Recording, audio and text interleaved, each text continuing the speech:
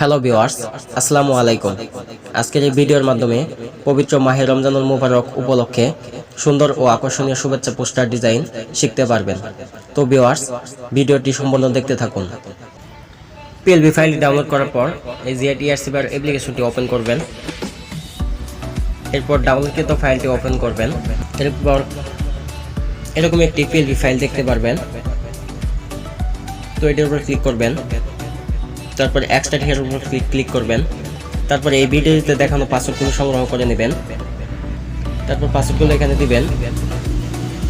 এরপর এখান থেকে ওকে বাটনে ক্লিক করবেন। তো দ্যাটস অল, আমাদের পিএলপি ফাইলটি আনজিপ হয়ে যাবে।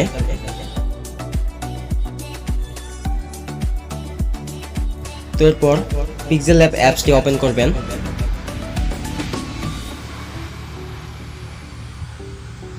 এখানে পিএলপি ফাইলটি অ্যাড করার জন্য উপরে 3 ডট আইকনে ক্লিক করবেন।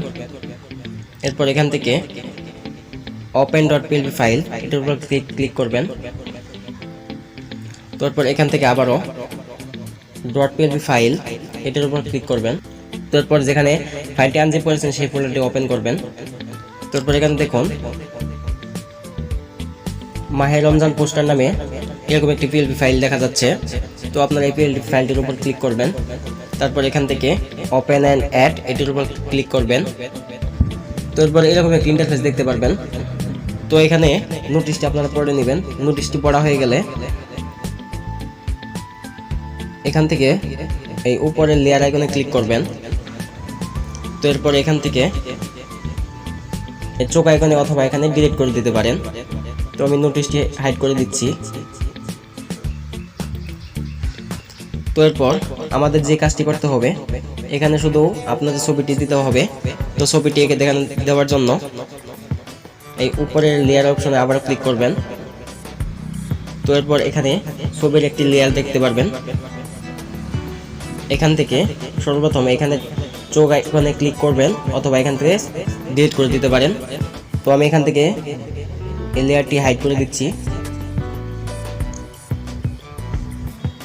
তো এখানে আপনাদের ছবিটি দেওয়ার জন্য উপরের বাম দিকে প্লাস আইকনে ক্লিক করবেন। তারপর এখান থেকে ফ্রম গ্যালারি এটার উপর ক্লিক করবেন। তারপর এখান থেকে আপনাদের কাঙ্ক্ষিত ছবিটি নিয়ে নেবেন। তো ছবিটি নেওয়া হয়ে গেলে এখান থেকে টিক মার্কে ক্লিক করবেন। তারপর ছবিটি এখানে চলে আসবে। তো ছবিটির ব্যাকগ্রাউন্ড চেঞ্জ করার জন্য এখান থেকে ডান দিকে স্ক্রল করবেন। এরপর এখান থেকে ইরেজ কালার এই অপশনটির উপর ক্লিক করবেন। তারপর এটিকে এনেবল করে দিবেন। এরপর এখান থেকে এই পেন্সিল আইকনের উপর ক্লিক করবেন। তারপর এটিকে ড্র্যাগ করে ধরে ব্যাকগ্রাউন্ডের উপর ছেড়ে দিবেন। তারপর এখান থেকে এই টিক মার্কের উপর ক্লিক করবেন। দ্যাটস অল, ব্যাকগ্রাউন্ডটি চেঞ্জ হয়ে যাবে। টলারেন্স এবং স্মুথ এডস এটা একটু কমিয়ে বাড়িয়ে দেখতে পারেন। তো আমি অ্যাডজাস্ট করে নিচ্ছি। তারপর এখান থেকে টিক মার্ক করবেন।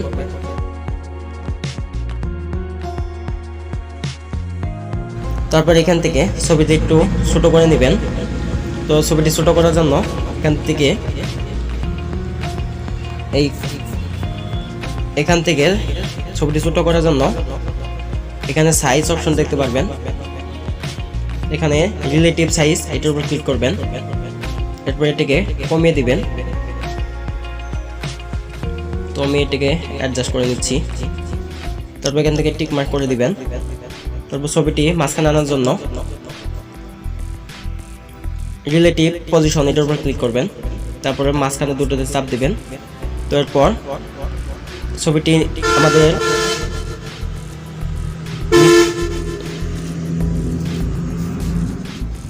আমাদের নিচে দিয়ে দিতে হবে।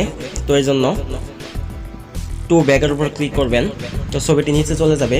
তারপর এখান থেকে উপরে লেয়ার আইকনে ক্লিক করবেন। তারপর এটিকে ড্র্যাগ করে ধরে উপরে দ্বিতীয় লেয়ারে উঠিয়ে দিবেন।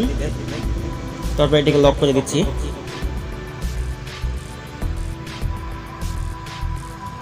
তো ছবিটি আমি আরেকটু বড় করে নিচ্ছি।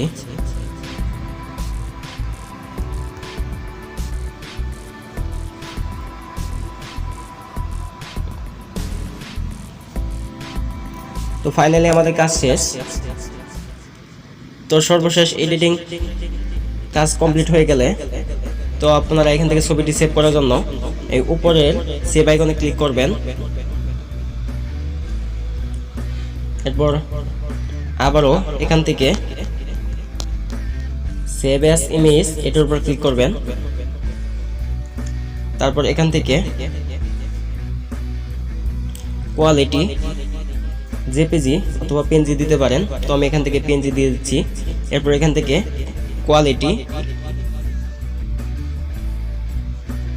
এখান থেকে কাস্টম অথবা নিচের দিকে আলট্রা এটা দিতে পারেন। তো এরপর এখান থেকে সেভ টু গ্যালারি এটার উপর ক্লিক করলেই ছবিটি সেভ হয়ে যাবে। তো ভিউয়ার্স, আজকের মতো এই পর্যন্তই। ভিডিওটি ভালো লাগলে অবশ্যই like, comment, share and Tech World Bangla YouTube চ্যানেলটি সাবস্ক্রাইব করে আমাদের সাথেই থাকুন। সবাইকে ধন্যবাদ।